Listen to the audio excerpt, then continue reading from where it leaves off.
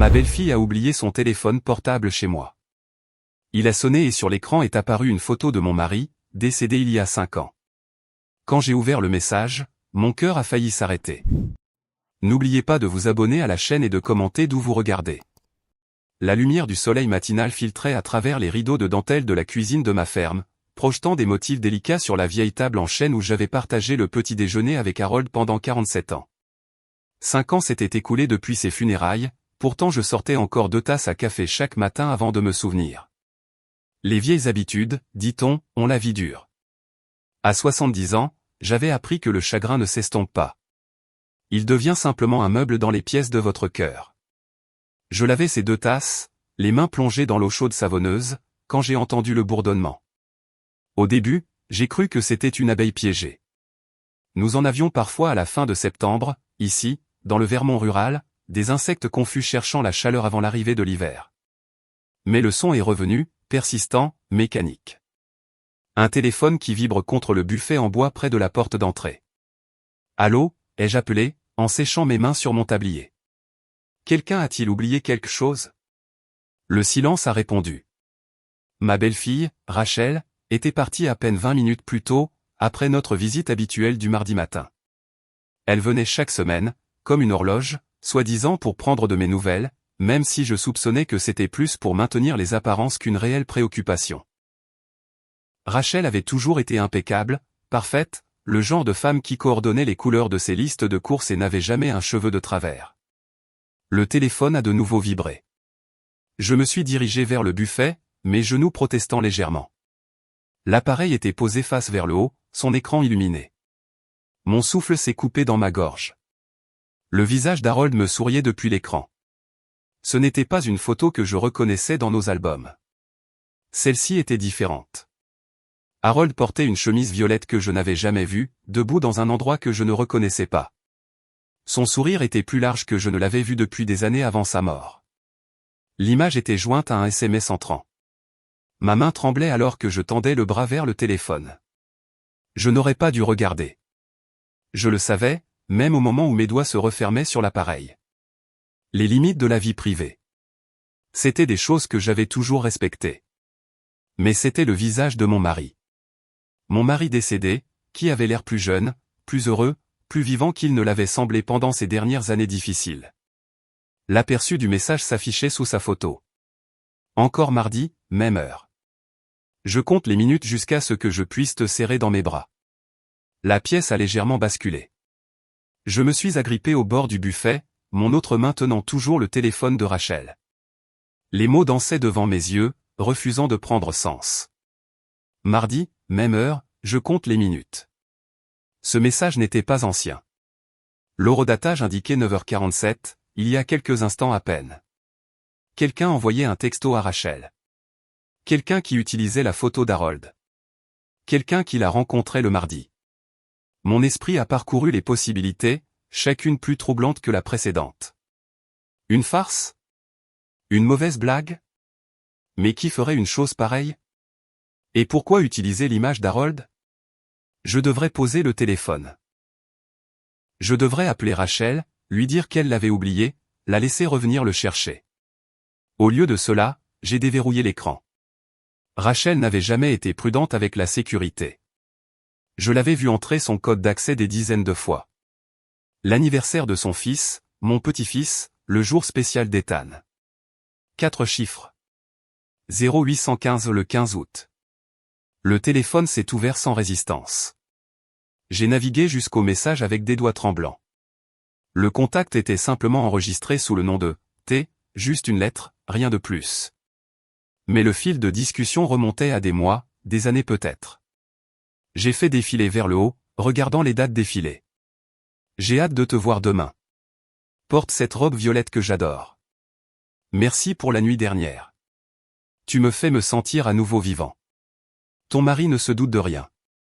Nous sommes en sécurité. Ton mari. Mon fils, Michael, le mari de Rachel depuis 15 ans, le père de mon petit-fils, le garçon qui avait aidé Harold à reconstruire la grange quand il n'avait que 19 ans. Je me suis laissé tomber sur la chaise près de la porte. Le cadeau de mariage d'Harold pour moi, une pièce en chêne sculptée à la main qu'il avait mis 3 mois à perfectionner. Le téléphone me semblait chaud dans les mains, brûlant de secrets que je n'avais jamais voulu connaître. Les messages précédents étaient différents. Une planification minutieuse. Au même endroit que d'habitude. La ferme est parfaite. Elle ne se doute de rien. Assure-toi que la vieille ne nous voit pas. Elle est plus perspicace qu'elle n'en a l'air. La vieille. Moi. Ils s'étaient rencontrés ici, chez moi. Juste sous mon nez. J'ai fait défiler plus loin, mon cœur martelant contre mes côtes. Puis je l'ai trouvé. Un message qui a fait s'arrêter le monde. Il me reste encore quelques-uns de ces vêtements au chalet. Dois-je m'en débarrasser ou veux-tu les garder en souvenir? Ces vêtements. Les vêtements d'Harold. La réponse de Rachel. Daté de 3 mois après les funérailles d'Harold. Garde-les. J'aime dormir dans ces chemises. Elles sentent comme lui. Comme nous. Comme ces après-midi où Maggie pensait qu'il était chez son frère. Le téléphone a glissé de mes doigts engourdis, tombant bruyamment sur le sol. Non, ça ne pouvait pas être réel. Harold et Rachel, mon mari et ma belle-fille. C'était impossible, obscène, une violation de tout ce que j'avais cru de ma vie, de mon mariage, de ma famille. Mais les preuves brillaient sur cet écran. Indéniable. Depuis combien de temps? Quand cela avait-il commencé? Ces mardis après-midi où Harold prétendait rendre visite à son frère George à Burlington, avait-il été avec Rachel à la place? Et George était mort il y a 2 ans, emportant avec lui toute possibilité de vérification dans la tombe. J'ai ramassé le téléphone avec des mains tremblantes, me forçant à lire davantage. Il y avait des photos, des dizaines, soigneusement cachées dans un dossier séparé que j'ai découvert par accident en cherchant. Harold et Rachel ensemble, le bras d'Harold autour de sa taille, Rachel l'embrassant sur la joue, ma ferme visible en arrière-plan de plusieurs clichés. Mon porche, mon jardin, la fenêtre de ma chambre. Ils avaient été ici ensemble, dans ma maison. Une photo les montrait dans ma grange. Rachel portait une des vieilles chemises en flanelle d'Harold, riant de quelque chose hors du champ de la caméra. La date indiquait, juillet 2019, 5 mois avant la crise cardiaque d'Harold. 5 mois avant que je ne m'asseye à côté de son lit d'hôpital, lui tenant la main, lui chuchotant que je l'aimais, que tout irait bien. Avait-il pensé à elle dans ces derniers moments? Ces dernières pensées avaient-elles été pour Rachel au lieu de moi? Un nouveau message est apparu, me faisant sursauter. As-tu oublié ton téléphone? Michael vient d'appeler mon portable pour me demander s'il m'avait vu. Je lui ai dit que tu faisais probablement les courses. Récupère ton téléphone et rappelle-le avant qu'il ne devienne méfiant. T'es encore. L'expéditeur mystérieux utilisant la photo d'Harold, mais Harold était mort. Alors qui était-il? Mon esprit a résolu le puzzle même si mon cœur se brisait en morceaux de plus en plus petits. Quelqu'un continuait la liaison d'Harold avec Rachel. Quelqu'un qui connaissait leur relation. Quelqu'un qui avait accès aux photos d'Harold, à ses vêtements, à ses secrets. J'ai entendu une voiture dans l'allée, le SUV argenté de Rachel, qui revenait chercher son téléphone oublié. J'avais peut-être 30 secondes pour décider quoi faire. La confronter maintenant, avec seulement le choc et le cœur brisé comme arme, ou rester silencieuse. En savoir plus. Comprendre toute l'étendue de cette trahison avant de montrer mon jeu. La sonnette a retenti. J'ai regardé le téléphone dans mes mains, puis la porte, puis de nouveau le téléphone. Sur l'écran, un autre message est apparu. Je t'aime. On se voit ce soir. Même chalet. J'apporterai du vin ce soir. Le chalet. Plus de mensonges, plus de trahison, plus de secrets. J'ai pris ma décision. J'arrive. Ai-je appelé? Ma voix étonnamment stable. J'ai glissé le téléphone de Rachel dans la poche de mon tablier, j'ai attrapé un torchon et j'ai ouvert la porte avec un sourire que je ne ressentais pas. Rachel, ma chère, as-tu oublié quelque chose? Elle se tenait sur mon porche, parfaitement composée comme toujours. Mais j'ai vu quelque chose de nouveau dans ses yeux maintenant. Quelque chose que j'avais manqué auparavant. Du calcul, de la lassitude, le regard de quelqu'un qui a des secrets à protéger. Mon téléphone, dit-elle en souriant. Je suis si distraite aujourd'hui. Est-il ici? Je ne l'ai pas vu, ai-je menti doucement, me surprenant moi-même. Mais entre. Aide-moi à chercher. Alors qu'elle passait devant moi pour entrer dans la maison, son parfum flottant derrière elle, le même parfum que j'avais senti sur les chemises d'Harold pendant ces dernières années, j'ai senti quelque chose changer en moi. La veuve éplorée avait disparu. À sa place se tenait quelqu'un de plus dur, de plus vif, de plus dangereux. Quelqu'un qui découvrirait chaque secret, peu importe où il mènerait. Quelqu'un qui les ferait tous payer. Allons voir dans la cuisine, ai-je dit agréablement, en fermant la porte derrière nous. Je suis sûr qu'il va réapparaître. Mais le téléphone est resté caché dans la poche de mon tablier, chaud contre ma hanche, détenant des secrets qui allaient déchirer ma famille. Et j'avais l'intention de les découvrir tous, un par un. Rachel a fouillé ma cuisine avec la minutie de quelqu'un qui cherche plus qu'un simple téléphone. Elle a ouvert les tiroirs, a regardé derrière le grille-pain, a même vérifié à l'intérieur de la boîte à pain. Je l'ai regardé, ma main reposant nonchalamment dans la poche de mon tablier, les doigts recroquevillés autour de son téléphone. C'est si étrange, dit-elle en se redressant avec une expression inquiète. J'aurais juré l'avoir laissé sur le buffet. Peut-être que tu l'as pris avec toi et qu'il est dans ta voiture, ai-je suggéré, en gardant ma voix légère et serviable. La belle-mère inquiète, rien de plus. Peut-être, mais elle n'avait pas l'air convaincue. Ses yeux ont de nouveau parcouru la cuisine, et j'ai vu son regard s'attarder sur la poche de mon tablier pendant une fraction de seconde de trop. Elle sait, ai-je pensé. Ou elle se doute de quelque chose. Eh bien, je devrais y aller, dit finalement Rachel, son sourire n'atteignant pas tout à fait ses yeux. Michael veut que je sois à la maison avant le déjeuner. Si tu le trouves, je t'appellerai tout de suite, ai-je promis. Après son départ, je suis resté à la fenêtre et j'ai regardé son SUV disparaître sur le chemin de gravier. Ce n'est qu'alors que j'ai sorti le téléphone et que je me suis enfoncé dans le fauteuil d'Harold, les mains tremblantes alors que je continuais à lire. Le fil de discussion remontait à 4 ans de mensonges, de rencontres secrètes, de mon mari et de ma belle-fille trahissant mon fils et moi. Les premiers messages étaient prudents, presque professionnels. Puis ils ont changé, sont devenus intimes, passionnés. Harold avait écrit à Rachel des choses dont j'avais oublié qu'il était capable de ressentir. Tu me fais me souvenir de ce que c'est que d'être désiré. Maggie me regarde comme si j'étais déjà mort. Celui-là faisait plus mal que les autres. Avais-je fait ça?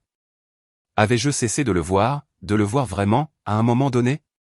Mais cela n'excusait pas cela. Rien ne pouvait excuser cela. J'ai trouvé des références au chalet, un endroit qu'Harold aurait hérité de son oncle, mais qu'il avait vendu il y a des années, du moins c'est ce qu'il m'avait dit. Des recherches plus approfondies ont révélé des coordonnées GPS intégrées dans une photo. Harold et Rachel n'étaient apparemment pas assez doués en technologie pour connaître les métadonnées. J'ai copié les coordonnées sur mon propre téléphone. Région du lac Champlain, à environ 40 minutes au nord. Assez proche pour des rendez-vous l'après-midi, assez loin pour qu'ils ne rencontrent jamais personne que nous connaissions. Mais je ne savais toujours pas qui était la personne mystérieuse qui avait hérité du rôle d'Harold dans cet arrangement malsain.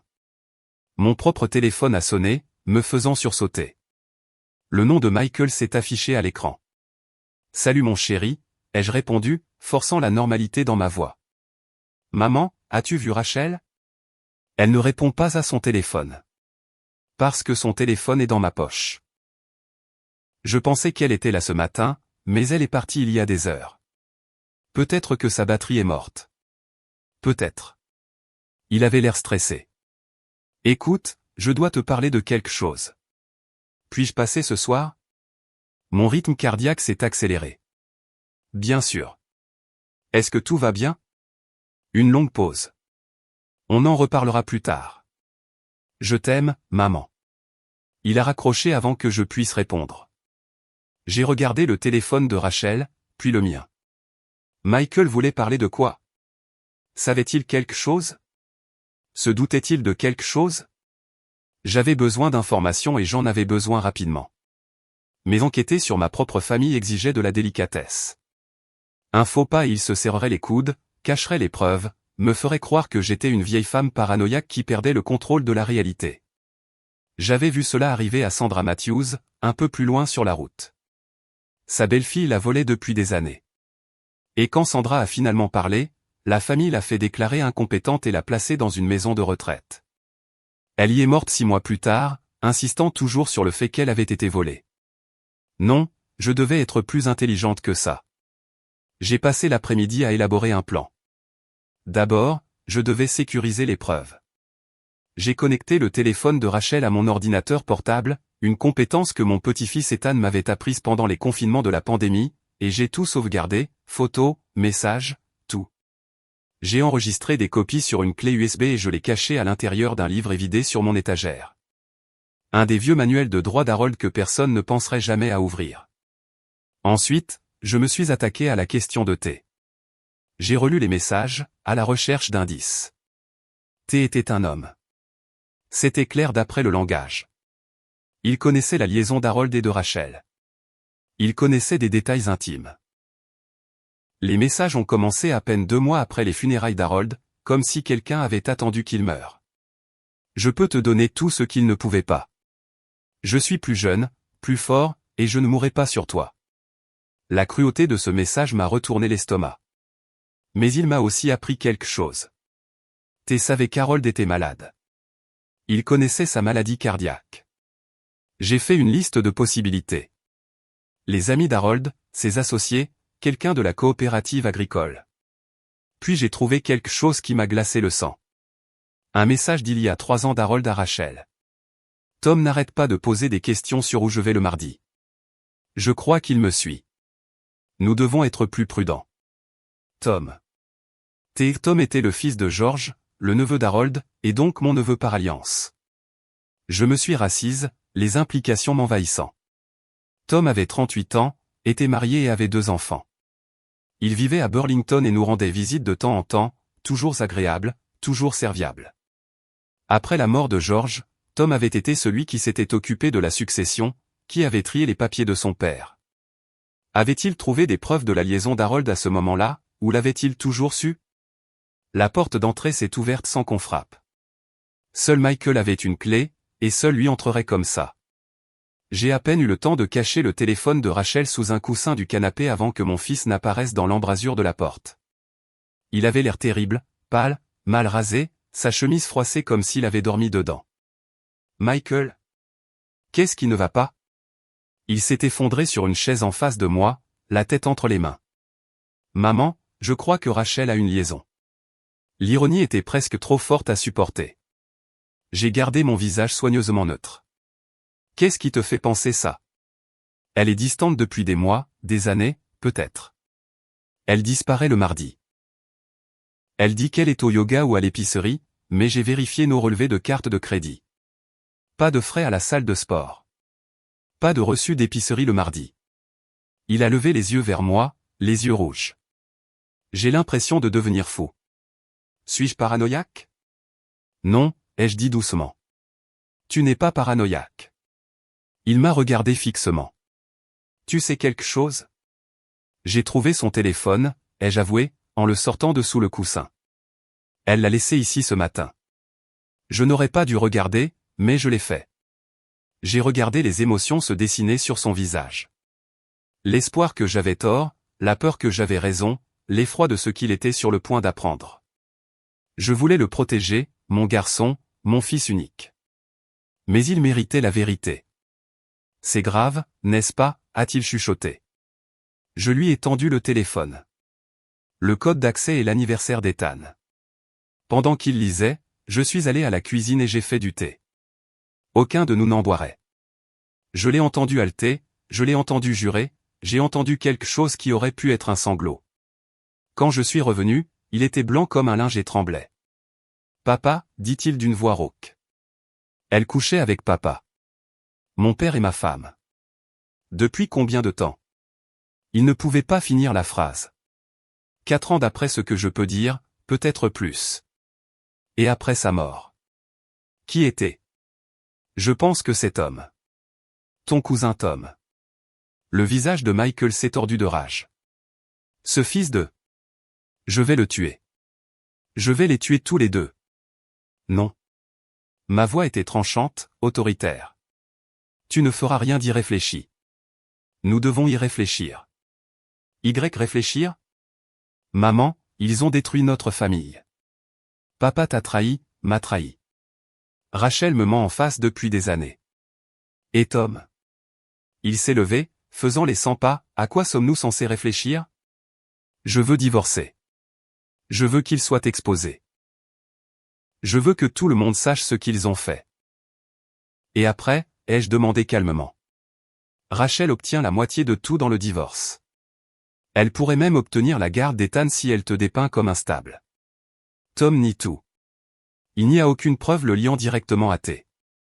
Juste une supposition. Tu perds ton fils, ton argent et ta dignité.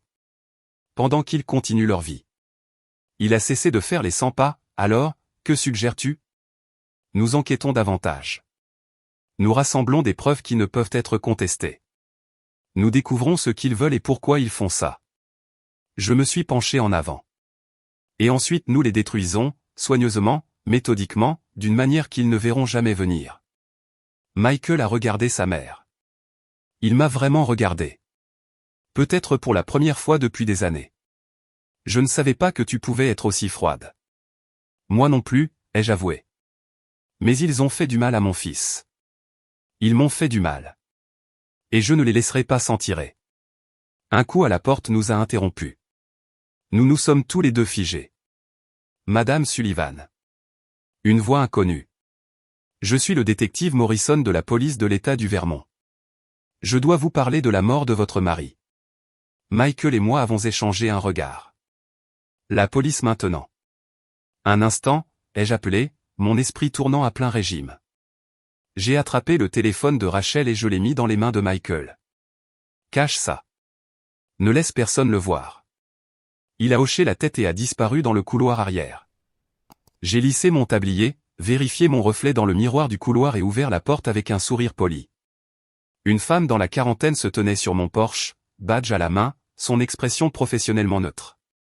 Je suis désolé de vous déranger, Madame Sullivan. Je rouvre l'enquête sur la mort de votre mari. Il y a eu de nouvelles allégations qui nécessitent un examen. Des allégations? Ma voix est restée stable par pure force de volonté. Mon mari est mort d'une crise cardiaque il y a 5 ans. Oui, madame, mais nous avons reçu des informations suggérant que sa mort pourrait ne pas être due à des causes naturelles. Elle a sorti un carnet. Pouvez-vous me dire qui avait accès aux médicaments de votre mari dans les semaines précédant sa mort? Le monde a de nouveau basculé. Meurtre. Elle suggérait qu'Harold avait été assassiné. Et soudain, la liaison, la trahison, les messages secrets, tout cela a pris une dimension plus sombre, plus sinistre. Je pense, ai-je dit prudemment, que je devrais appeler mon avocat. Le détective Morrison a souri, mais cela n'a pas atteint ses yeux. C'est certainement votre droit, Madame Sullivan. Mais je dois vous dire que la personne qui a déposé la plainte vous a spécifiquement désigné comme suspecte. Le détective Morrison était assise dans mon salon, son carnet ouvert, ses yeux cataloguant chaque détail de ma maison. Michael était revenu de cacher le téléphone de Rachel, son visage soigneusement composé, jouant parfaitement le fils inquiet. Je l'avais bien élevé, peut-être trop bien, compte tenu de ce que nous venions de découvrir sur les tromperies dans notre famille. Madame Sullivan, je dois vous poser quelques questions sur les jours qui ont précédé la mort de votre mari, a déclaré Morrison. Plus précisément, sur ses médicaments. Harold avait 3 ordonnances, ai-je répondu, en gardant ma voix stable. Des médicaments pour la tension artérielle, une statine pour le cholestérol et de l'aspirine pour bébé. Tous prescrits par le docteur Peton. Y a-t-il un problème? Le docteur Peton a pris sa retraite il y a 2 ans. Nous n'avons pas encore pu localiser ses dossiers. Elle a feuilleté son carnet. Pouvez-vous me dire qui avait accès à ces médicaments? Juste moi et Harold. Ils étaient dans notre armoire de salle de bain. Et vous les lui administriez? Non. Harold prenait ses propres pilules. Il en était parfaitement capable. Je me suis arrêté en me souvenant. Attendez, ce n'est pas tout à fait vrai. Les derniers mois, Rachel l'aidait parfois. Elle est infirmière. Était infirmière avant d'épouser Michael. Le stylo de Morrison s'est déplacé sur la page. Votre belle-fille avait donc accès à ces médicaments. Elle venait régulièrement. Elle voulait aider. Même en le disant, j'ai senti les pièces se déplacer, se réorganiser en une image plus sombre. Maman, a interrompu Michael, sa voix tendue. Es-tu en train de dire que Rachel pourrait avoir? Je ne dis rien, a interrompu Morrison. Je rassemble juste des informations. Elle s'est tournée vers Michael. Quand votre femme a-t-elle commencé à aider avec les médicaments de votre père? Je ne sais pas 6 mois avant sa mort, peut-être plus. Michael m'a regardé et j'ai vu la prise de conscience poindre dans ses yeux. Elle a dit qu'elle voulait s'assurer qu'il les prenait correctement, que maman oubliait parfois de le lui rappeler. Je n'avais jamais oublié, pas une seule fois. Mais Rachel avait convaincu Harold que je devenais oublieuse, que j'avais besoin de son aide. J'avais été reconnaissante à l'époque, soulagée d'avoir de l'aide alors que la santé d'Harold déclinait. Maintenant, je me demandais de quoi d'autre elle l'avait convaincu. Détective, qui a déposé cette plainte, ai-je demandé directement. Qui m'a accusé d'avoir assassiné mon mari? Morrison a hésité, puis a fermé son carnet. La plainte a été déposée anonymement, mais elle contenait des informations très spécifiques. Des détails sur les changements de médicaments, sur les disputes entre vous et votre mari, sur des motifs financiers. Quels motifs financiers, a demandé Michael. Mes parents étaient à l'aise, mais ils n'étaient pas riches. Selon la plainte, votre père avait une police d'assurance vie d'une valeur de 500 000 $, votre mère étant l'unique bénéficiaire. La pièce est devenue silencieuse. J'ai senti les yeux de Michael sur moi.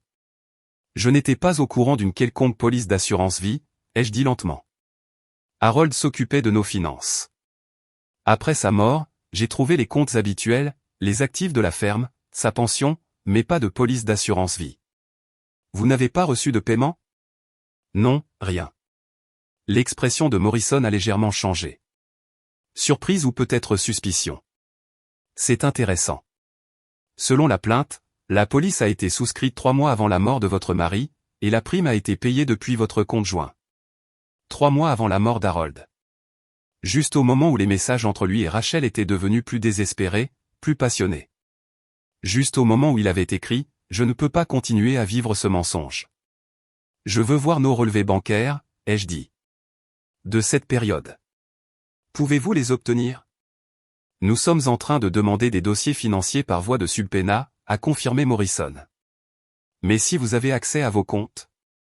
Elle y a accès, a dit Michael. Il a sorti son téléphone. Maman, tu as toujours la même banque, n'est-ce pas? Je peux t'aider à accéder aux relevés en ligne. Nous avons travaillé ensemble pendant que Morrison regardait, sortant les relevés d'il y a 5 ans. Et voilà. Un paiement de 1 200 $ à Granite State Insurance daté de 3 mois avant la mort d'Harold. Le paiement avait été classé comme « frais médicaux » dans notre logiciel de comptabilité, quelque chose qui n'aurait pas semblé inhabituel à cette époque où Harold voyait régulièrement des spécialistes. Je n'ai jamais autorisé ça, ai-je dit, ma voix tremblant maintenant. Je n'ai même jamais vu ce débit. Qui avait accès à vos comptes à part vous et votre mari, a demandé Morrison. Rachel, a dit Michael doucement. Après la crise cardiaque de papa, elle a proposé de l'aider à gérer leurs factures. Maman était dépassée, et Rachel a dit que ce serait une chose de moins à s'inquiéter. Le stylo du détective s'est déplacé plus vite maintenant. Donc, votre femme avait accès aux comptes financiers de vos parents, aux médicaments de votre père, et selon la plainte, elle était présente le jour de la mort de votre père. Nous y étions tous, a protesté Michael. C'était un dîner de famille. Papa s'est effondré à table. Les ambulanciers ont dit que c'était une crise cardiaque massive. Il n'y avait rien de suspect. Mais il y avait quelque chose. Je me souvenais de ce dîner maintenant avec une nouvelle clarté. Rachel avait préparé le repas préféré d'Harold, un rôti de bœuf avec des légumes rôtis. Elle avait été si attentive, s'assurant qu'il mange, remplissant son verre d'eau, insistant pour qu'il prenne ses médicaments du soir plus tôt parce que le dîner était en retard. Et je me suis souvenu d'autre chose, quelque chose que j'avais écarté à l'époque comme une confusion induite par le deuil. Ces pilules, ai-je dit lentement. Ce soir-là, Harold a dit que ces pilules avaient l'air différentes. Plus petites, a-t-il dit. Rachel lui a dit que la pharmacie avait changé de fournisseur, que c'était le même médicament, juste un fabricant différent. Morrison s'est penché en avant. Avez-vous vérifié ça? Non, je lui ai fait confiance. Elle était infirmière. Pourquoi l'aurais-je remise en question? Maman. La voix de Michael s'est brisée. Es-tu en train de dire que Rachel a tué papa? Je dis que nous devons découvrir ce qu'il y avait dans ces pilules, ai-je répondu, en regardant Morrison. Est-il trop tard pour une autopsie? Après 5 ans, la toxicologie serait difficile, mais pas impossible si nous exhumons le corps. Morrison s'est levé. Madame Sullivan, je veux que vous compreniez quelque chose. Pour l'instant, vous êtes toujours une personne d'intérêt dans cette enquête. La plainte vous nomme spécifiquement, inclut des détails qui suggèrent une connaissance de l'intérieur. Si vous êtes piégé, nous devons découvrir par qui et pourquoi. Après son départ, Michael et moi sommes restés assis dans un silence stupéfait. Dehors, l'après-midi d'automne s'estompait dans le soir, les ombres s'allongeant sur le sol de la ferme. Nous devons parler à Rachel, a finalement dit Michael. La confronter avec tout ça. Non. Je me suis levé, mon esprit parcourant les possibilités. Si Rachel a déposé cette plainte, si elle me prépare un coup pour meurtre, alors la confronter la rendra juste plus prudente. Elle détruira les preuves, créera des alibis, disparaîtra peut-être même. Alors que faisons-nous? Nous la suivons ce soir. Le message disait qu'elle rencontrait Théo au chalet. Nous devons savoir ce qu'il prévoit. Michael avait l'air incertain. Maman, s'ils sont dangereux. Alors nous restons cachés, et nous documentons tout. Nous enregistrons leur conversation, nous prenons des photos, nous rassemblons des preuves qui prouvent ce qu'ils ont fait. J'ai attrapé ma veste sur le crochet près de la porte. La mort de votre père pourrait ne pas être naturelle. Cet argent d'assurance vie est allé quelque part, et quelqu'un essaie de me faire accuser de meurtre. Je dois savoir pourquoi. Nous avons pris le camion de Michael, laissant ma voiture à la ferme au cas où Rachel passerait et vérifierait si j'étais à la maison. Les coordonnées nous ont menés vers le nord le long de la route 7, puis sur des routes de campagne plus petites qui serpentaient à travers des forêts qui s'assombrissaient. Le GPS de mon téléphone nous a guidés vers un embranchement marqué uniquement par une boîte aux lettres rouillées sans numéro. Le chalet se trouvait à un quart de mille sur un chemin de terre caouteux, invisible de la route principale. Une petite structure bien entretenue avec un toit en métal vert et un porche avant donnant sur le lac. Des lumières brillaient aux fenêtres. C'est le SUV de Rachel, a chuchoté Michael, en montrant le véhicule argenté garé à côté d'un pick-up plus récent. Et ça, c'est le camion de Tom. Nous nous sommes garés plus en arrière, cachés par les arbres, et nous nous sommes approchés à pied. L'air d'octobre était froid, notre souffle visible dans le crépuscule. À travers la fenêtre avant du chalet, je pouvais voir Rachel et Tom assis à une petite table, des verres de vin à la main, l'air détendu et intime. Michael avait son téléphone sorti, enregistrant une vidéo à travers la fenêtre. Je me tenais à côté de lui, mon cœur battant, regardant mon neveu et ma belle-fille trinquer. Je n'arrive pas à croire que la vieille peau a vraiment marché, disait Tom, sa voix portant à travers les minces murs du chalet. Le détective a gobé toute l'histoire. Plainte anonyme, détails spécifiques, motifs financiers. Ils l'auront arrêté d'ici une semaine. Rachel a ri, un son sans chaleur. Elle est trop confiante. Elle l'a toujours été. Même Harold disait qu'elle était naïve. C'est pourquoi c'était si facile de...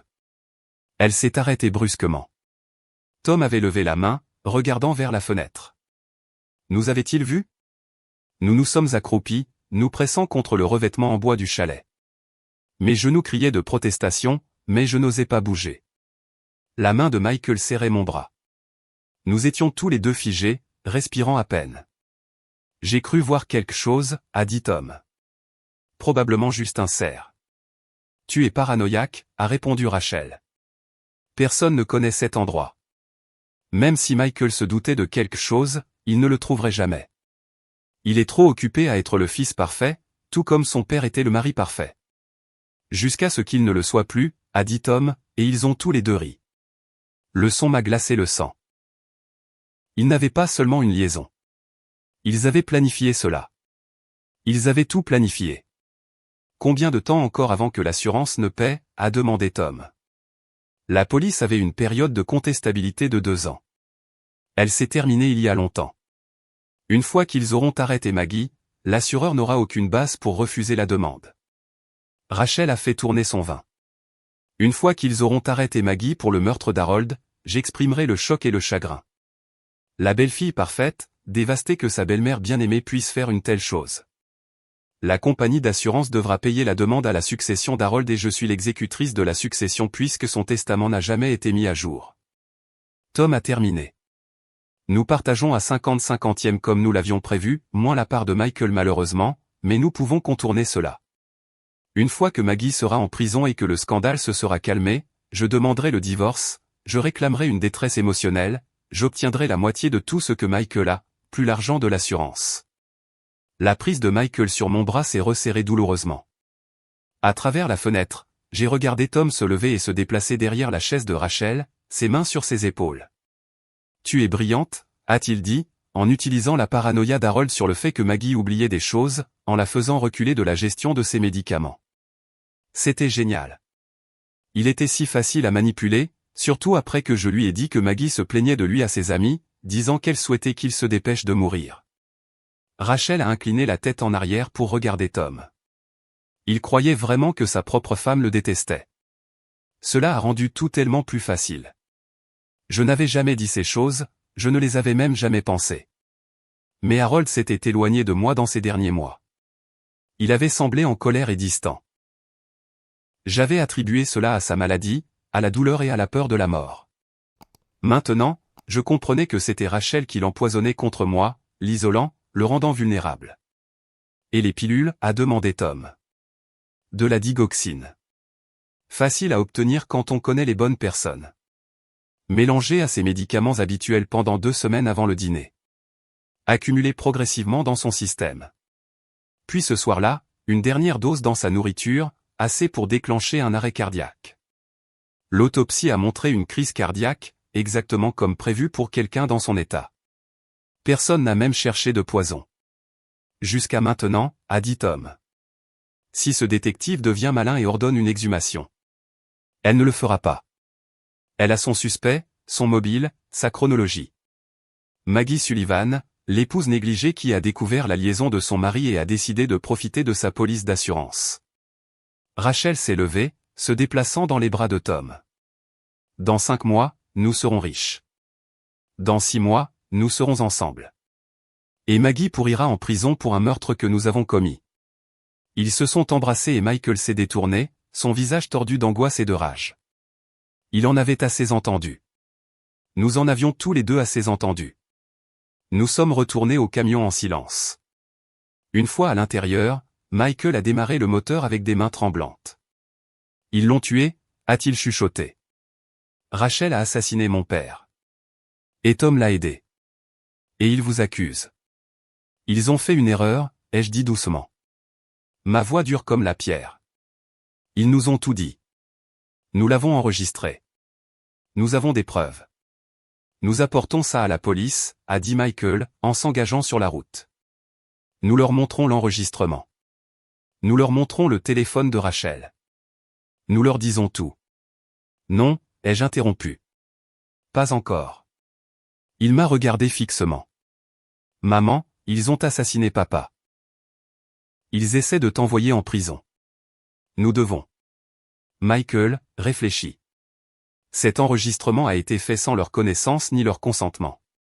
Le Vermont exige le consentement des 2 parties pour les enregistrements. Un avocat pourrait le faire rejeter. Et le téléphone. Je n'aurais pas dû le garder. Cela pourrait être considéré comme un vol, une violation de la vie privée. Alors, que faisons-nous? J'ai regardé la route sombre devant moi, les ombres qui se pressaient depuis la forêt, et j'ai senti quelque chose de froid et de déterminé s'installer dans ma poitrine. Nous les faisons avouer, ai-je dit, correctement, légalement, d'une manière qui ne peut être ni rejetée ni expliquée. Je me suis tourné vers Michael. Et nous le faisons devant des témoins qui ne peuvent être ni intimidés ni achetés. Comment? La succession de votre père, ai-je dit lentement, le plan se formant au fur et à mesure que je parlais. Elle n'a jamais été correctement réglée à cause de la police d'assurance vie manquante. Nous devons avoir une lecture formelle du testament. Rassembler tout le monde. Toi, Rachel, Tom, l'avocat, peut-être même le détective Morrison. Et après? Ensuite, nous déclenchons le piège, ai-je dit. Mais d'abord, nous devons trouver cet argent d'assurance, car où qu'il soit allé, c'est là que nous trouverons la dernière pièce du puzzle dont nous avons besoin pour les détruire. Michael a conduit plus vite, les phares du camion fendant l'obscurité. Derrière nous, les lumières du chalet devenaient plus petites, mais je savais que nous y retournerions bientôt. La guerre venait de commencer, et j'avais l'intention de la gagner. Nous avons passé cette nuit dans le bureau de Michael, entouré de 5 ans de dossiers financiers que j'avais apportés de la ferme. Relevés bancaires, factures de cartes de crédit, documents d'assurance, tout ce qu'Harold avait laissé derrière lui.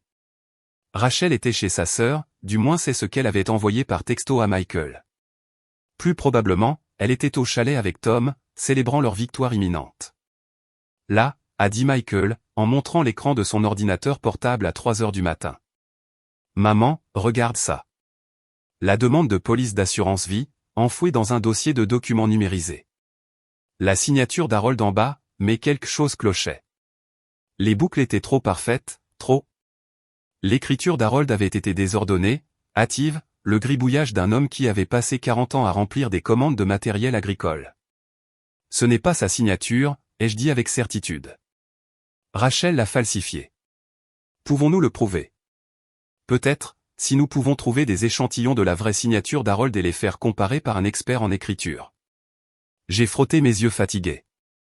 Mais ça prend du temps et nous n'en avons pas beaucoup. Une fois que ce détective aura terminé son enquête, elle m'arrêtera. Alors tout deviendra plus difficile. Trouver des preuves depuis la prison, des batailles juridiques, des années d'appel. Michael s'est penché en arrière dans son fauteuil, me regardant avec une expression que je ne pouvais pas tout à fait déchiffrer. Tu as changé, maman. Tu es différente de ce que tu étais même hier. Je me bats pour ma vie, ai-je répondu simplement. Et pour la justice pour votre père. Quoi qu'Harold ait fait d'autre, il ne méritait pas de mourir comme ça. Empoisonné lentement, manipulé, trahi. Lui pardonnes-tu pour l'aventure? La question m'a prise au dépourvu. L'ai-je fait? Harold avait été faible, vaniteux, susceptible à l'attention d'une femme plus jeune, mais Rachel avait été calculatrice, prédatrice. Elle l'avait délibérément ciblé. Je réalisais maintenant qu'elle s'était rapprochée de notre famille par l'intermédiaire de Michael, puis avait séduit un homme vieillissant et seul qui se sentait invisible pour sa femme. Je ne sais pas, ai-je avoué, mais c'est une question pour plus tard. Pour l'instant, nous nous concentrons sur la survie. Mon téléphone a vibré. Un texto d'un numéro inconnu. Laissez tomber l'enquête ou votre petit-fils en paiera le prix. De la glace a inondé mes veines. Michael, où est Ethan? Chez ma belle-mère. Rachel l'Y a emmené hier après-midi. Pourquoi? Il a vu mon visage, vu le téléphone. Qu'est-ce que c'est? Je lui ai montré le message. Il est devenu blanc immédiatement, appelant sa belle-mère. La conversation a été brève, frénétique. Il va bien, a dit Michael. Le soulagement était évident. Il dort encore. Je lui ai dit de ne pas le laisser hors de sa vue, de ne pas laisser Rachel le récupérer sans m'appeler d'abord. Un autre texto. Nous savons ce que vous avez trouvé au chalet. Détruisez l'enregistrement et oubliez tout, sinon le garçon aura un accident.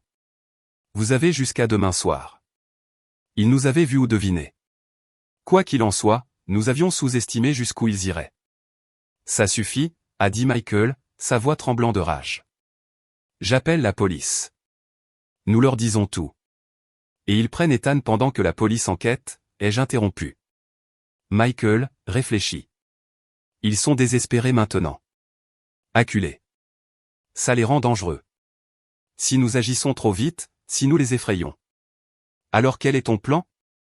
Parce que pour l'instant, mon fils est menacé par une meurtrière qui se trouve être sa mère. Les mots flottaient dans l'air entre nous. Rachel était la mère d'Ethan. Quoi qu'elle ait fait d'autre, quel que soit le monstre qu'elle était devenue, elle avait donné naissance à mon petit-fils, l'avait élevé pendant 12 ans. Les tribunaux en tiendraient compte. Ethan aussi. Nous avons besoin d'un levier, ai-je dit lentement. Quelque chose de si accablant qu'ils ne peuvent pas nous menacer, ne peuvent pas fuir, ne peuvent rien faire d'autre que d'avouer. Comme quoi? Comme l'argent de l'assurance? Tom a dit qu'il était l'exécuteur testamentaire d'Harold, que l'argent passerait par lui, mais la police me désigne comme bénéficiaire. Alors, où est passé l'argent en réalité? Michael a ouvert le site web de la compagnie d'assurance, se connectant au compte en utilisant les informations de la demande numérisée. Il a fallu 3 essais pour deviner le mot de passe. Rachel avait utilisé le nom et la date de naissance d'Ethan. Bien sûr. La police était active, la prime payée par prélèvement automatique sur notre compte joint. Un prélèvement que je n'avais jamais remarqué parmi les dizaines de factures médicales pendant la dernière année d'Harold. Mais le bénéficiaire avait été changé 2 mois après la mort d'Harold. Pas à moi, à un trust, le Harold Sullivan Memorial Trust, géré par Thomas Sullivan en tant que fiduciaire. Ce salaud, a soufflé Michael. Il a créé un trust au nom de papa. Il a probablement dit à la compagnie d'assurance qu'il s'occupait de la succession. Pouvons-nous accéder aux documents du trust? Pas sans une ordonnance du tribunal, mais les doigts de Michael volaient sur le clavier. Maman. Tom a déposé les documents du trust auprès du greffier du comté. C'est un document public. Je peux le récupérer. Le document est apparu à l'écran. Le trust avait été créé au profit des héritiers d'Harold Sullivan, avec Thomas Sullivan comme unique fiduciaire, avec plein pouvoir discrétionnaire sur toutes les distributions. En clair, Tom contrôlait l'argent et pouvait en faire ce qu'il voulait. C'est de la fraude, ai-je dit. La compagnie d'assurance pense que l'argent est allé à la succession d'Harold, mais Tom l'a détourné vers un trust qu'il contrôle. Un trust qui n'a probablement aucun actif à part cet argent d'assurance, a ajouté Michael. Il a continué à faire défiler. Regardez le calendrier de distribution. Tom est autorisé à prendre des honoraires de fiduciaire raisonnables jusqu'à 40% des actifs du trust. Rachel est répertoriée comme consultante spéciale ayant droit à 40%. Ce qui laisse 20% pour les héritiers réels d'Harold. Toi et moi, ai-je dit doucement. Ils allaient nous donner juste assez pour éviter les soupçons. Gardez le reste pour eux. La mâchoire de Michael s'est crispée. J'appelle Tom tout de suite. Non, laissons-les penser que nous avons peur. Laissons-les penser que la menace a fonctionné. Une idée se formait. Dangereuse, mais nécessaire. Et si nous pouvions les amener à déplacer l'argent? Les forcer à faire quelque chose qui prouve leur culpabilité. Comment? En les faisant paniquer. En menaçant ce qui leur est le plus cher, l'un l'autre. J'ai passé l'heure suivante à rédiger un message prudent. Pas depuis mon téléphone ni celui de Michael. Nous sommes allés dans un restaurant ouvert toute la nuit et avons utilisé leur Wi-Fi public pour créer un compte email anonyme. Puis j'ai envoyé le message à l'email personnel de Tom. Je sais pour la digoxine. Je sais pour le chalet. Je sais pour la fraude à l'assurance. Vous avez 24 heures pour transférer 250 000 $ sur le compte ci-dessous ou je vais à la police avec des preuves que Rachel a assassiné Harold. Elle va en prison. Vous êtes libre. Votre choix. Un ami. J'ai inclus un numéro de portefeuille de crypto-monnaie que Michael avait créé. Intraçable et anonyme.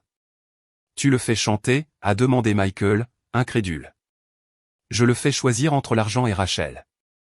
S'il paie, nous avons la preuve qu'il est au courant du meurtre. S'il ne paie pas, mais panique, il contactera Rachel, fera peut-être quelque chose de stupide. Quoi qu'il en soit, ils font une erreur. Et s'il appelle la police? Il ne le fera pas, car aller à la police signifie admettre qu'il est au courant d'un meurtre, qu'il l'a couvert, qu'il a commis une fraude à l'assurance. J'ai regardé mon fils. Nous les forçons à se montrer au grand jour. La réponse est arrivée 90 minutes plus tard, non pas à l'email anonyme, mais à mon téléphone personnel. La voix de Tom lors d'un appel. Maggie, nous devons parler. Juste toi et moi. Demain, midi, au chalet. Viens seul ou le fils de Michael disparaît. J'ai croisé le regard de Michael de l'autre côté de la table du restaurant. Le piège fonctionnait, mais il se resserrait aussi autour de nous. J'y serai, ai-je dit à Tom, en gardant ma voix stable. Bien. Et Maggie, ne sois pas stupide. Tu es une vieille femme. Tu ne peux pas gagner ça. Il a raccroché. Michael secouait déjà la tête. Non, absolument pas. Tu n'iras pas là-bas seul. Ils ont déjà tué une fois. C'est pourquoi tu ne viens pas, ai-je interrompu. Si quelque chose m'arrive, tu es la seule protection d'Ethan. Tu dois rester avec lui. Le garder en sécurité. Maman. Michael. Écoute. Je vais me mettre sur écoute. Je porterai un appareil d'enregistrement. Le genre légal. Consentement des deux parties, que j'obtiendrai en disant à Tom que j'enregistre au début de notre conversation. Tout ce qu'il dira sera admissible au tribunal. Et s'il te tue après que tu lui aies dit que tu enregistres? Il ne le fera pas, parce que je vais lui faire une offre qu'il ne pourra pas refuser. J'ai sorti un document que j'avais préparé plus tôt, une confession manuscrite signée et datée. Je vais avouer le meurtre d'Harold, dire que je l'ai fait, que je connaissais la liaison et que j'ai empoisonné Harold dans un accès de jalousie. Je dirais que je suis prête à prendre le blâme et à aller en prison tranquillement. Pourquoi ferais-tu ça? Parce que ça donne à Tom ce qu'il veut. Moi en prison, hors de son chemin. Mais en échange, je veux deux choses. L'argent de l'assurance restitué à la succession d'Harold et Rachel hors de ta vie. Un divorce tranquille, pas de bataille pour la garde d'Ethan. Michael m'a regardé fixement. C'est insensé. Tu avouerais un meurtre? Une fausse confession n'est pas un crime. Et une fois que Tom sera d'accord. Une fois qu'il admettra sur bande qu'il y a eu un meurtre, que Rachel a empoisonné Harold, qu'ils ont commis une fraude à l'assurance, alors j'aurai tout ce dont j'ai besoin. Je rétracte ma confession, je révèle l'enregistrement, et nous les tenons. C'est trop risqué. C'est le seul moyen. J'ai serré sa main. Fais-moi confiance. J'ai été sous-estimé toute ma vie. Par Harold, par Rachel, par Tom. Ils pensent que je suis juste une vieille femme naïve. Laissons-les continuer à penser ça jusqu'à ce qu'il soit trop tard. Le lendemain matin, j'ai rendu visite au détective Morrison au poste de police. Je lui ai dit que j'avais reçu des menaces, je lui ai montré les messages concernant Ethan. Elle a été immédiatement préoccupée, a voulu m'assigner une protection. Je pense savoir qui les a envoyés, ai-je dit prudemment. Je les rencontre aujourd'hui à midi pour en parler. Je voulais que vous le sachiez au cas où quelque chose m'arriverait. Madame Sullivan, si vous êtes en danger. J'enregistrerai la conversation. Consentement des deux parties, entièrement légal. Si j'ai raison sur qui me menace, l'enregistrement le prouvera. Morrison avait l'air sceptique mais a hoché la tête. Où a lieu cette réunion? Je lui ai donné l'adresse du chalet, les regarder l'écrire. Si je ne vous appelle pas avant 13 heures, quelque chose ne va pas, ai-je dit. L'appareil d'enregistrement aura un suivi GPS. Vous pourrez me retrouver. Ce n'était pas tout à fait vrai. L'appareil d'enregistrement que Michael avait acheté dans un magasin d'électronique ce matin-là n'avait pas de GPS. Mais Morrison n'avait pas besoin de le savoir. J'avais juste besoin qu'elle vienne me chercher si les choses tournaient mal. À 11h30, Michael m'a conduite à un endroit à un demi-mille du chalet. Il m'a aidé à tester l'appareil d'enregistrement, une petite unité clipsée à mon soutien-gorge, le microphone caché dans mon col. Promets-moi que tu seras prudente, a-t-il dit, les yeux rouges de manque de sommeil. Je le promets. Je l'ai embrassé sur la joue. Garde Ethan en sécurité. Si ça tourne mal, si je ne reviens pas, la clé USB dans le manuel de droit d'Harold a tout. Donne-la à la police. Raconte-leur toute l'histoire. Maman, je t'aime. Michael. Tu as été un fils merveilleux. Je suis fier de toi. J'ai serré sa main. Maintenant, laisse-moi aller finir ça. J'ai marché le dernier demi-mille à travers les bois, mes genoux protestant à chaque pas. Le soleil d'octobre était brillant mais froid, les feuilles craquant sous mes pieds. Devant, je pouvais voir le chalet. Le camion de Tom garé à l'extérieur. Alors que je m'approchais, la porte s'est ouverte. Tom se tenait là, souriant, confiant. Derrière lui, je pouvais voir Rachel assise à la table, son expression illisible. Maggie, a dit Tom chaleureusement, comme si j'étais venu pour une visite sociale. Entre. Nous avons beaucoup de choses à discuter. J'ai monté les marches du porche, mon cœur battant, ma main touchant instinctivement l'appareil d'enregistrement caché sous ma veste.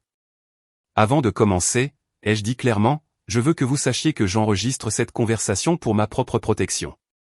Le sourire de Tom n'a pas faibli. Bien sûr, nous n'avons rien à cacher. Mais en entrant et en voyant l'expression sur le visage de Rachel, froide, calculatrice, triomphante, j'ai réalisé que j'avais fait une terrible erreur. Sur la table devant elle se trouvait une arme. En fait, Maggie, dit doucement Rachel. Tu n'enregistres rien. Cet appareil que tu portes, il a été brouillé. Nous avons écouté tes appels téléphoniques, lu tes emails. Nous savons tout ce que tu as prévu. Tom a fermé la porte derrière moi. Le verrou a cliqué avec un son de fin du monde. Assieds-toi, a ordonné Rachel. Nous avons une nouvelle proposition pour toi, et cette fois, tu n'as pas le droit de négocier. Je me tenais au centre du chalet, mes mains stables malgré l'arme sur la table. 70 ans de vie m'avaient appris que la panique était l'ennemi de la survie. Rachel et Tom s'attendaient à de la peur.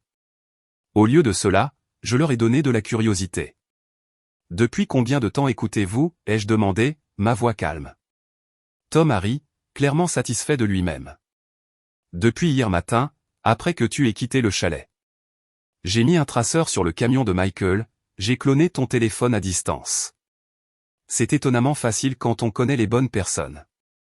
Nous avons entendu chaque conversation, lu chaque email, t'avons regardé préparer ton petit piège. Alors vous savez que j'ai dit au détective Morrison où je serais, ai-je dit. Elle attend mon appel dans 1 heure. En fait, non, intervint Rachel doucement. Je l'ai appelé ce matin depuis ton téléphone. J'ai annulé la réunion. J'ai dit que tu te sentais malade. Elle a été très compréhensive. Rachel s'est levée, contournant la table, mais gardant une distance entre nous. Tu n'as pas réfléchi, Maggie. Tu es intelligente, je te l'accorde. Plus intelligente qu'Harold ne l'a jamais été. Mais tu es vieille. Tu es seule, et tu es dépassée. Assieds-toi, ordonna Tom, en désignant une chaise. Je me suis assise, notant la disposition du chalet en le faisant. Une porte, 2 fenêtres, toutes 2 visibles d'où se tenaient Tom et Rachel. Ils s'étaient positionnés stratégiquement, Tom bloquant la sortie, Rachel avec un accès facile à l'arme.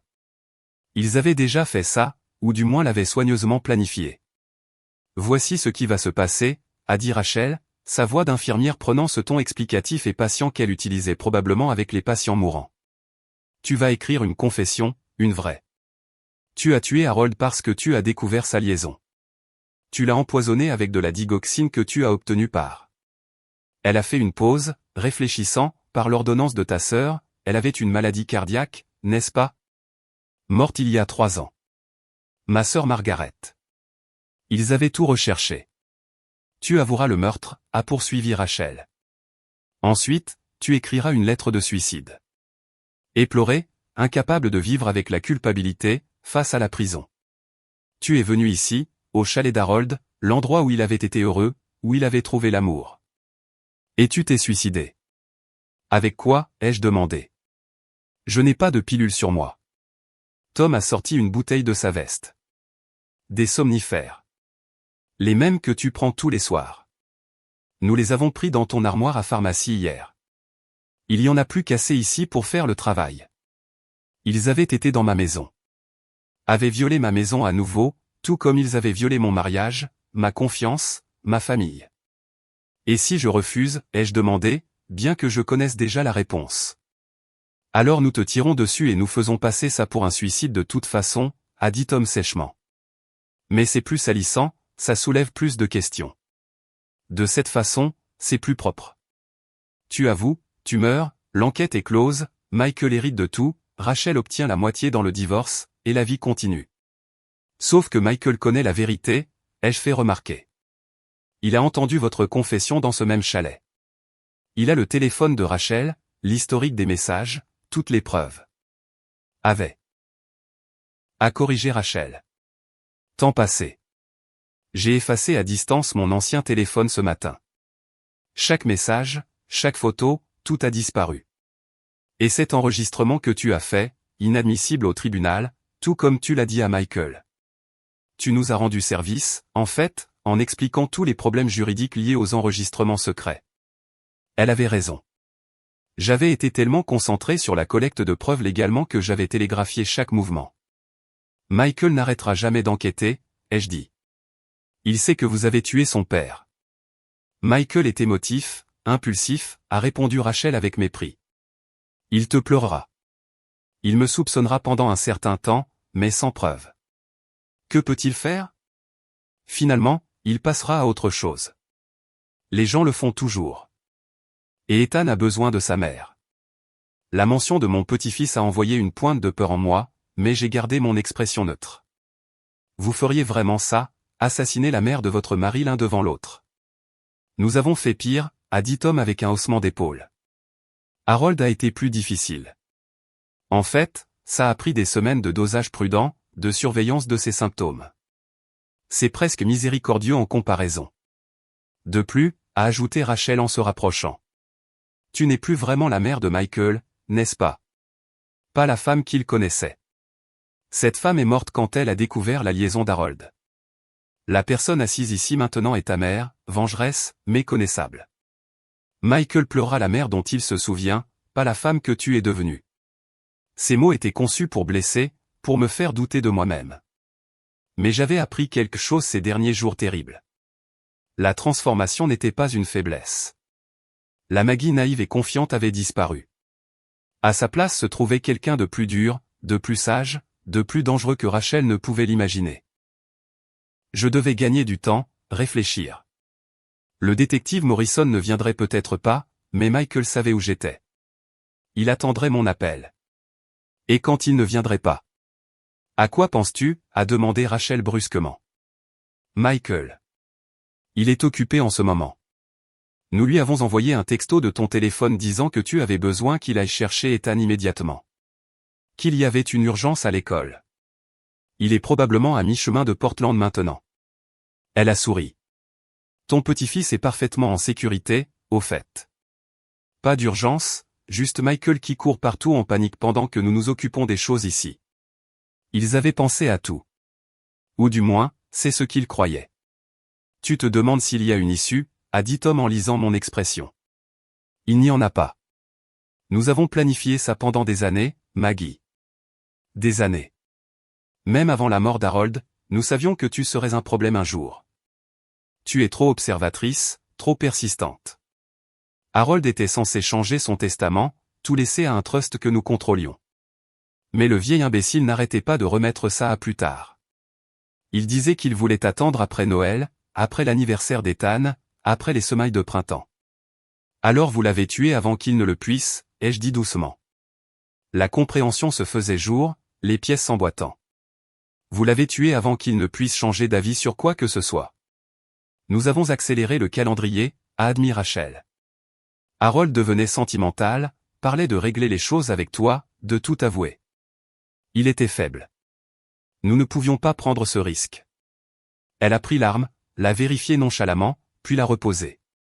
Le message était clair. Ils étaient à l'aise avec la violence. Pratiquaient même.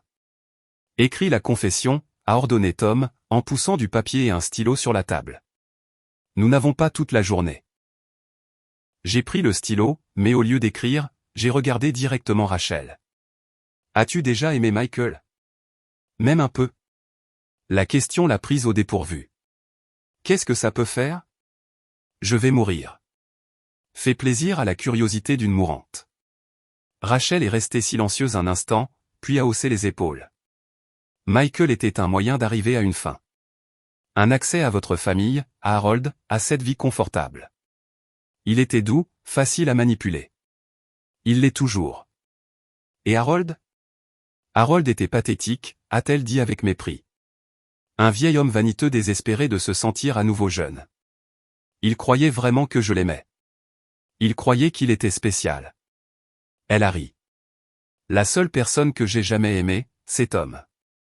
Nous sommes ensemble depuis le lycée. Tout le reste a été une comédie. Même Ethan? La question est sortie plus dure que je ne le voulais. Ethan était nécessaire, a dit Rachel. Un enfant pour cimenter ma place dans la famille, pour me donner un levier. Il est utile. L'entendre parler de mon petit-fils comme d'un outil, comme d'une propriété, a fait sauter quelque chose en moi. Mais j'ai gardé ma voix égale, mes mains stables. Une dernière question, ai-je dit. La plainte anonyme à la police. C'était votre plan de secours. Assurance, a confirmé Tom. Si tu te rapprochais trop de la vérité, nous te ferions paraître coupable. Te faire accuser du meurtre d'Harold avant que tu ne puisses découvrir ce qui s'est vraiment passé. La plainte a juste assez de détails pour paraître crédible. Ton accès à ces médicaments, ton mobile financier, ton opportunité. Très complet, ai-je reconnu. Puis j'ai regardé le papier devant moi. Je suppose que vous voulez que cette confession soit détaillée, crédible. Extrêmement détaillée, a dit Rachel. Non, date, méthode, assez pour que personne ne la remette en question. J'ai commencé à écrire, mon écriture stable, mais je n'écrivais pas une confession. Moi, Maggie Sullivan, et j'écris clairement, scène d'esprit et de corps, déclare par la présente ce qui suit comme un témoignage véridique. Derrière moi, Ni Rachel ni Tom ne pouvaient voir les mots. Ils étaient trop loin, trop confiants que j'obéirais. Le 6 octobre 2025, je suis venu au chalet du lac Champlain appartenant à Thomas Sullivan. Étaient présents Thomas Sullivan et Rachel Sullivan qui m'ont menacé de mort si je n'avouais pas avoir assassiné mon mari Harold Sullivan. J'ai continué à écrire, les faisant parler. Parlez-moi de la digoxine. Où l'avez-vous eu? Par un ami au Canada, a dit Rachel, distraite par sa propre intelligence. Commandé en ligne, expédié à une boîte postale sous un faux nom. Intraçable. J'ai tout noté, chaque mot. Et la fraude à l'assurance? Le trust? C'était mon idée, a dit Tom fièrement. J'ai créé le trust. J'ai fait rédiger le testament d'Harold, me nommant exécuteur. Il l'a signé en pensant que c'était un acte de propriété pour le chalet. J'ai falsifié sa signature sur la demande d'assurance. Simple, en fait, quand on sait ce qu'on fait. Brillant, ai-je murmuré, en écrivant toujours. Je documentais tout. Leur confession, leur méthode, leur mobile. Pas une lettre de suicide, mais un témoignage. Et s'il me tuait, ce papier dirait la vérité, même si ma voix ne le pouvait pas. Tu as presque fini, a demandé Rachel avec impatience. Ça prend trop de temps. Presque, ai-je dit. Puis, alors que j'écrivais les dernières lignes, j'ai fait mon mouvement. J'avais remarqué quelque chose qu'ils avaient manqué. Un petit détail qui me donnait une chance. L'arme sur la table était un revolver, et elle était tournée vers Rachel, pas vers moi. Quand elle l'avait posé après l'avoir vérifié, elle l'avait placé négligemment, la poignée vers le centre de la table. Pas assez près pour que je puisse l'attraper, mais assez près pour la faire tomber. Une dernière chose. Ai-je dit en levant les yeux vers Rachel. Tu devrais savoir. J'ai enregistré quelque chose qui va te détruire. Quelque chose que tu n'as pas trouvé, que tu n'as pas effacé, que tu n'as pas anticipé. Tu bluffes, a dit Rachel, mais l'incertitude a vacillé sur son visage. L'avocat d'Harold, ai-je poursuivi calmement. Monsieur Brennan. Je lui ai envoyé une enveloppe scellée il y a 2 jours avec des instructions de l'ouvrir si quelque chose m'arrivait. À l'intérieur se trouve un compte rendu complet de tout ce que j'ai découvert, y compris des copies de vos messages, des dossiers financiers et une chronologie détaillée du meurtre d'Harold. C'était un mensonge. Je n'avais rien fait de tel. Mais Rachel ne le savait pas, tu mens, a dit Tom. Mais il a regardé Rachel, le doute s'insinuant. Est-ce que je mens? J'ai souri froidement. Vous avez été si occupé à suivre mon téléphone, mes emails, mes mouvements évidents. Avez-vous pensé à surveiller mon courrier physique, mes rendez-vous en personne? J'ai 70 ans. Je sais comment exister sans laisser de traces numériques. Rachel s'est jetée sur l'arme. Je me suis jeté sur la table. Ma main a heurté le bord de la table, la retournant vers le haut avec une force surprenante. L'adrénaline, la peur et une force désespérée se sont combinées. L'arme a volé, tombant bruyamment sur le sol. Les papiers se sont éparpillés. Rachel a reculé en trébuchant. Tom s'est précipité en avant, mais je me déplaçais déjà vers la porte, plus vite qu'une femme de 70 ans ne devrait pouvoir le faire. Ma main s'est refermée sur la poignée de la porte. Elle était verrouillée. Bien sûr, elle était verrouillée. Tom a attrapé mon bras, me tirant en arrière. J'ai tourné, utilisant son élan contre lui, un mouvement que mon père m'avait appris il y a 60 ans quand je lui avais posé des questions sur l'autodéfense. Mon coude a heurté son plexus solaire et il a halté, me relâchant. Rachel avait l'arme maintenant, la levant avec des mains tremblantes. Ne bouge pas, a-t-elle ordonné. Sa voix aiguë de panique. Ne. La fenêtre derrière elle a explosé vers l'intérieur. Michael a traversé la vitre dans une pluie de verre, son épaule heurtant le dos de Rachel. L'arme a tiré, assourdissant dans le petit espace. La balle s'est logée dans le plafond. Michael lui a arraché l'arme, son visage coupé et saignant à cause du verre, mais sa prise était solide comme le fer. « Sors, maman » a-t-il crié. Maintenant. Derrière lui. À travers la fenêtre brisée, j'ai vu d'autres silhouettes s'approcher. Le détective Morrison, 2 officiers en uniforme, tous courant vers le chalet. Tom a essayé de s'enfuir, mais j'ai mis mon pied en travers de son chemin.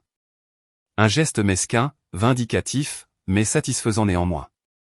Il s'est écrasé au sol et en quelques secondes, des officiers étaient entrés par la porte, armes au poing, criant des ordres. Tout s'est passé très vite après ça. Rachel et Tom ont été menottés, on leur a lu leurs droits, leurs protestations et leurs menaces se fondant dans le jargon juridique et la procédure officielle. La confession que j'avais écrite a été soigneusement emballée comme preuve. Le téléphone de Michael montrait l'enregistrement qu'il avait fait à travers la fenêtre brisée. Chaque mot que Rachel et Tom avaient dit, chaque aveu de culpabilité. Le détective Morrison m'a regardé avec un mélange d'admiration et d'exaspération. « Madame Sullivan, vous auriez pu être tuée. »« Mais je ne l'ai pas été, » ai-je dit simplement. Mes mains tremblaient maintenant, la réaction retardée s'installant, mais je suis resté debout. « Et maintenant, vous avez tout ce dont vous avez besoin. » L'enregistrement à travers la fenêtre est légalement admissible, a-t-elle confirmé. Michael était sur une propriété publique. La fenêtre était suffisamment ouverte pour entendre clairement, et vous leur aviez déjà dit que vous enregistriez. Il n'avait aucune attente de vie privée. J'ai regardé mon fils courageux, insensé, merveilleux, qui avait fracassé une fenêtre pour me sauver. Je t'avais dit de rester avec Ethan. Je l'ai d'abord emmené au poste de police, a dit Michael en souriant à travers le sang sur son visage. J'ai tout dit à Morrison. Je lui ai fait écouter l'enregistrement du chalet de la nuit dernière. Elle a été d'accord. Ça ne tiendrait peut-être pas au tribunal, mais c'était suffisant pour une cause probable. Nous sommes dehors depuis 20 minutes à écouter, à attendre le bon moment. Vous avez tout entendu. Chaque mot. Son expression s'est durcie alors qu'il regardait Rachel être conduite à une voiture de police. Y comprit ce qu'elle a dit sur Ethan. Je savais que c'était la blessure qui mettrait le plus de temps à guérir. Pas la trahison de la liaison, pas même le meurtre, mais savoir qu'Ethan n'avait été rien de plus qu'un outil pour sa propre mère. Alors qu'il chargeait Rachel dans la voiture de police, elle m'a regardé à travers la vitre. Pas de remords, pas de peur, juste un calcul froid, même maintenant. Tu ne gagneras pas, a-t-elle crié. J'aurai les meilleurs avocats. Je vais. La porte a claqué, coupant ses menaces.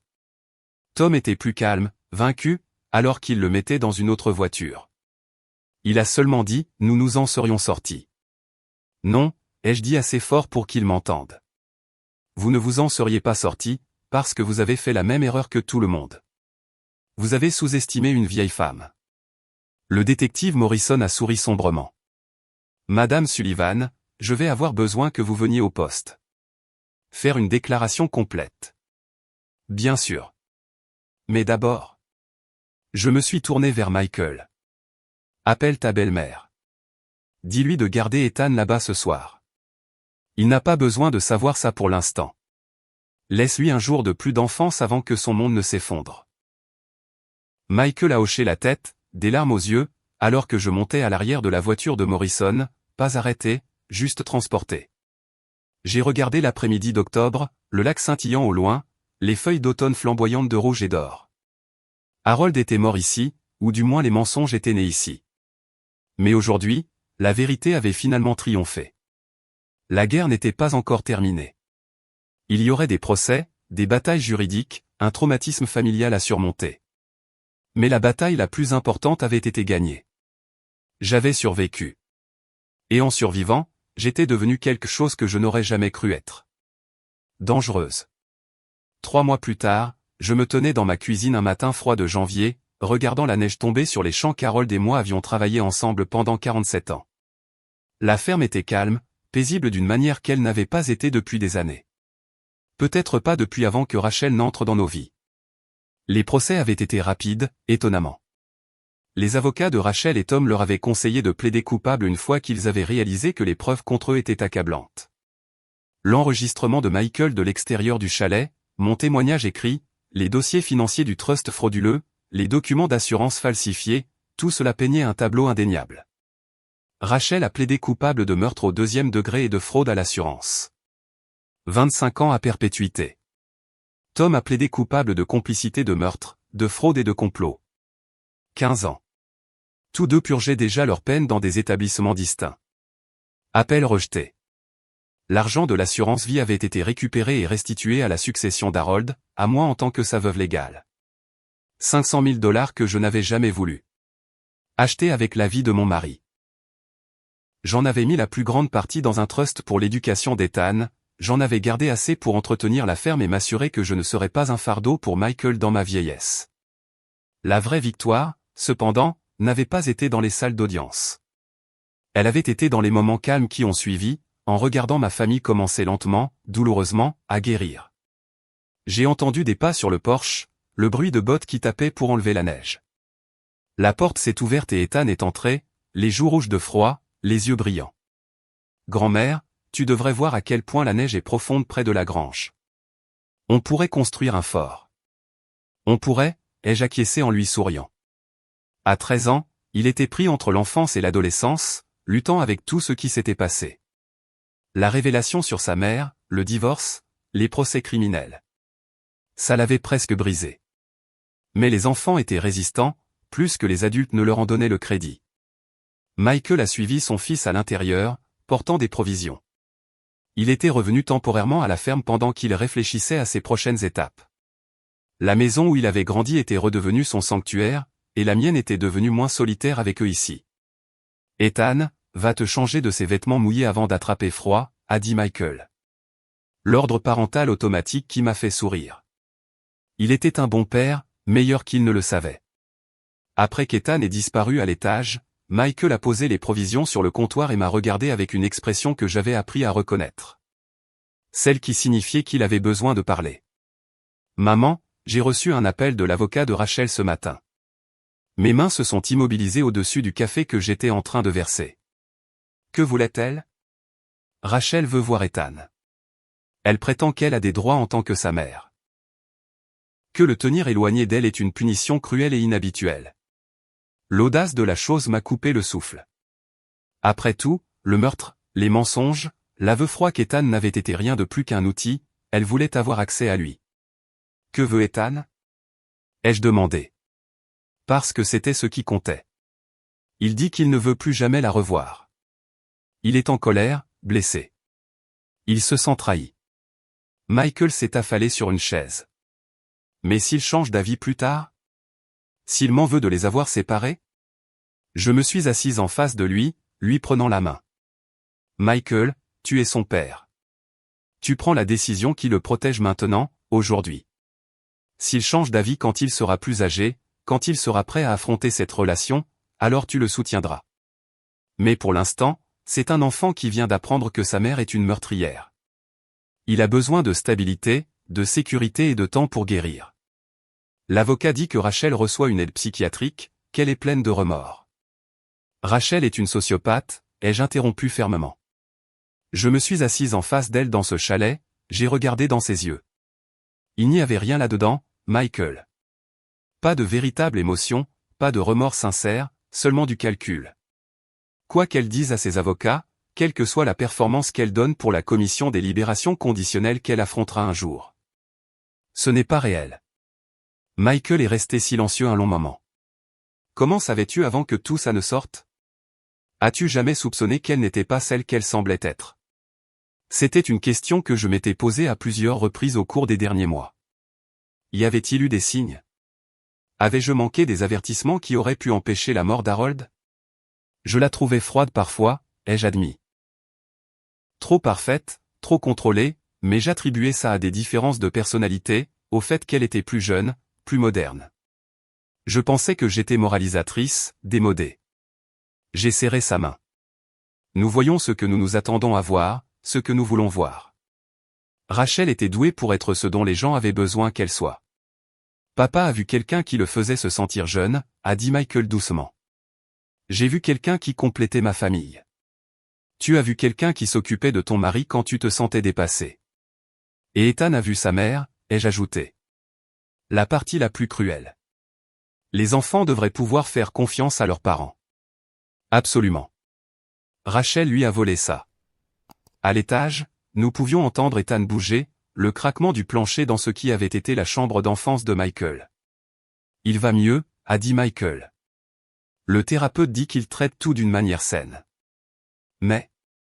Maman, je suis tellement en colère contre Rachel, contre Tom, contre papa pour avoir commencé tout ce gâchis. Certains jours, j'ai à peine la force de fonctionner. C'est normal, l'ai-je rassuré. La colère fait partie du deuil. Tu pleures plusieurs pertes. Ton père, ton mariage, ta confiance en des personnes que tu aimais. Ça prend du temps. Comment es-tu si calme à ce sujet? Papa t'a trompé, t'a menti pendant des années. Ça ne te met pas en fureur? Oh, si, ai-je dit. Et j'ai senti la brûlure familière de la trahison dans ma poitrine. Je suis en colère contre Harold tous les jours. En colère contre sa faiblesse, sa vanité, sa volonté de détruire notre famille pour une liaison. Mais je suis aussi. J'ai fait une pause, cherchant les mots justes. Je suis aussi libre. Libre du poids d'un mariage construit sur des mensonges. Libre de me demander pourquoi il semblait distant. Pourquoi il avait cessé de me voir vraiment. Maintenant, je sais. Et savoir fait mal. Mais c'est mieux que l'incertitude dans laquelle je vivais. Il te manque? Celui que je pensais qu'il était me manque, ai-je avoué. L'homme que j'ai épousé me manque, le partenaire que je croyais avoir. Mais cet homme n'a peut-être jamais existé. Pas entièrement. Le vrai Harold était quelqu'un qui pouvait être séduit, qui pouvait mentir, qui pouvait trahir les gens qu'il aimait le plus. J'ai regardé mon fils. Alors, non, il ne me manque pas. Je pleure ce que j'ai perdu, mais je ne le veux pas en retour. Michael a hoché la tête lentement. Je ressens la même chose pour Rachel. La femme que j'ai épousée, si elle a jamais existé. Je l'aimais. Mais la femme qui a tué papa, qui a utilisé notre fils comme levier, qui t'aurait laissé mourir? Je ne connais pas cette personne. Je ne l'ai jamais connue. Nous sommes restés assis dans un silence confortable, le genre qui ne vient que d'un traumatisme partagé et d'une profonde compréhension. Dehors, la neige continuait de tomber, recouvrant la ferme de blanc, couvrant les vieilles cicatrices d'une nouvelle possibilité. Grand-mère, papa, a appelé Ethan de l'étage. On peut faire du chocolat chaud et regarder un film? Absolument, ai-je répondu en me levant et en allant vers la cuisinière. Descends et aide-moi à le faire. Alors que je chauffais du lait et que je mesurais du cacao en poudre, Ethan bavardant sur l'école et ses amis, sur le jeu vidéo qu'il voulait pour son anniversaire, j'ai ressenti quelque chose que je n'avais pas ressenti depuis des années. La paix. Pas le bonheur exactement. Les blessures étaient trop fraîches pour ça. Les pertes trop profondes. Mais la paix. Le calme qui vient de la connaissance de la vérité, de la survie à l'insurvivable, du fait de se tenir sur un sol solide après des années de marche sur des mensonges. Ce soir-là, après le film et le dîner, après qu'Ethan soit allé se coucher et que Michael se soit retiré dans son ancienne chambre pour passer des appels à des avocats, des thérapeutes et aux conseillers scolaires, j'ai parcouru la ferme seul. J'ai touché les meubles qu'Harold avait construits, j'ai regardé les photos sur les murs, des photos de temps plus heureux, ou du moins de temps que j'avais cru heureux. J'avais enlevé les photos de Rachel, mais j'avais gardé celles avec Ethan. Il méritait de se souvenir des bons moments de son enfance, aussi compliqués qu'ils soient devenus. Dans le bureau d'Harold, j'ai trouvé la boîte que j'évitais depuis des mois. Ses effets personnels de l'hôpital, son portefeuille, son alliance. Je l'ai ouverte lentement, me forçant à affronter ces derniers morceaux de lui. L'alliance brillait à la lumière de la lampe. En or, simple, gravé de la date de notre mariage. J'avais choisi de ne plus porter la mienne. Je l'avais enfermée dans un tiroir. La sienne méritait le même sort. Mais sous l'alliance, j'ai trouvé quelque chose d'inattendu. Une lettre scellée, jaunie par le temps. Mon nom sur l'enveloppe, de l'écriture d'Harold. La vraie écriture, désordonnée et hâtive, pas la fausse écriture soignée que Rachel avait utilisée. Mes mains tremblaient en l'ouvrant. Ma très chère Maggie, lisait-on. Si tu lis ceci, je suis parti, et je suis un lâche de ne pas te dire ça en face. J'ai fait des choses terribles. Je t'ai trahi d'une manière que je ne peux pas entièrement expliquer ou excuser. J'ai commencé quelque chose que je ne pouvais pas arrêter, et ça a empoisonné tout ce qu'il y avait de bon dans ma vie. Tu méritais mieux que moi. Tu méritais l'honnêteté, la fidélité, le respect. Au lieu de ça, je t'ai donné des mensonges et j'ai pris ta confiance pour acquise. J'ai laissé la vanité et la faiblesse détruire la meilleure chose que j'ai jamais eue, ton amour. Je n'attends pas de pardon. Je ne le mérite pas. Mais je veux que tu saches que quoi qu'il soit arrivé, quoi que tu découvres, tu n'as jamais été le problème. Le problème a toujours été moi. Ma lâcheté, mon égoïsme, mon incapacité à apprécier ce que j'avais jusqu'à ce qu'il soit trop tard. Tu es remarquable, Maggie. Plus forte que je ne l'ai jamais été, plus gentille que je ne le méritais, plus sage que je ne t'en donnais le crédit. J'espère que tu trouveras la paix après mon départ. J'espère que tu trouveras le bonheur.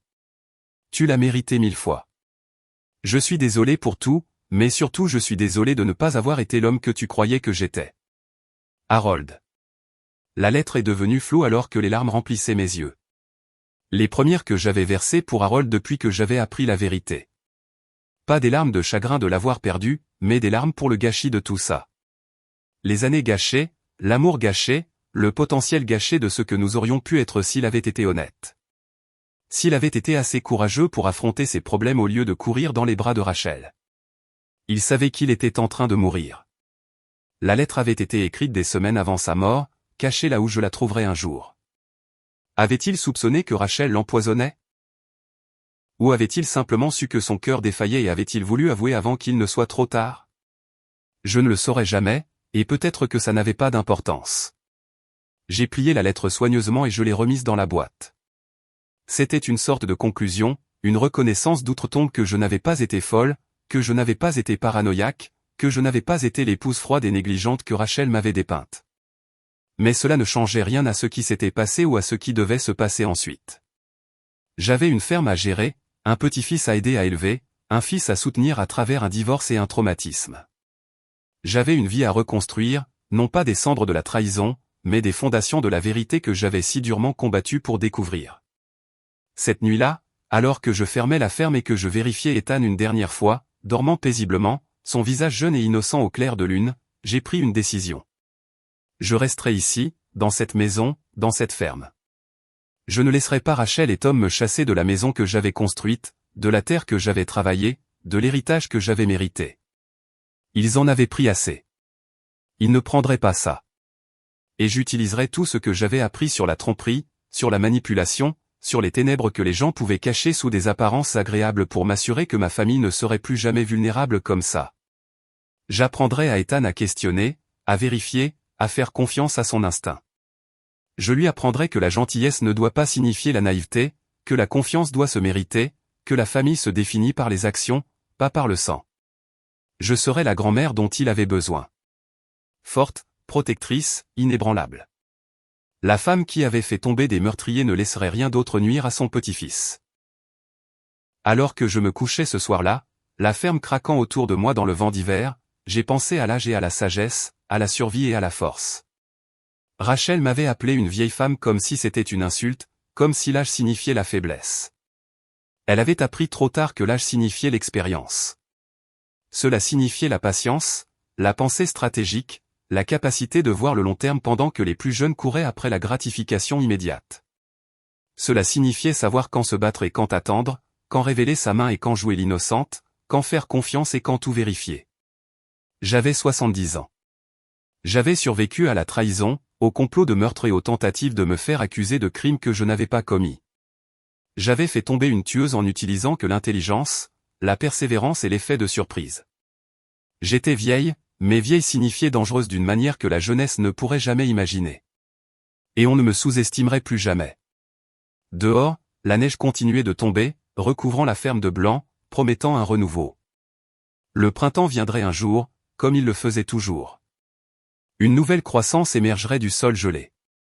La vie continuerait et je serais là, veillant sur ma famille, protégeant ce qui comptait, vivant avec la vérité plutôt qu'avec des mensonges confortables. Le téléphone sur ma table de nuit a vibré. Un texto de Michael en bas. Merci, maman. Pour tout. Pour t'être battue pour nous. Pour être plus forte que nous ne le savions tous. Je t'aime.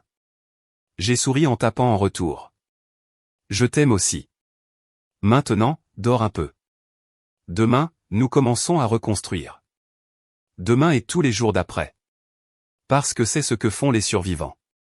Nous nous adaptons. Nous surmontons. Nous reconstruisons sur des fondations plus solides. La ferme s'est installée dans le silence autour de moi.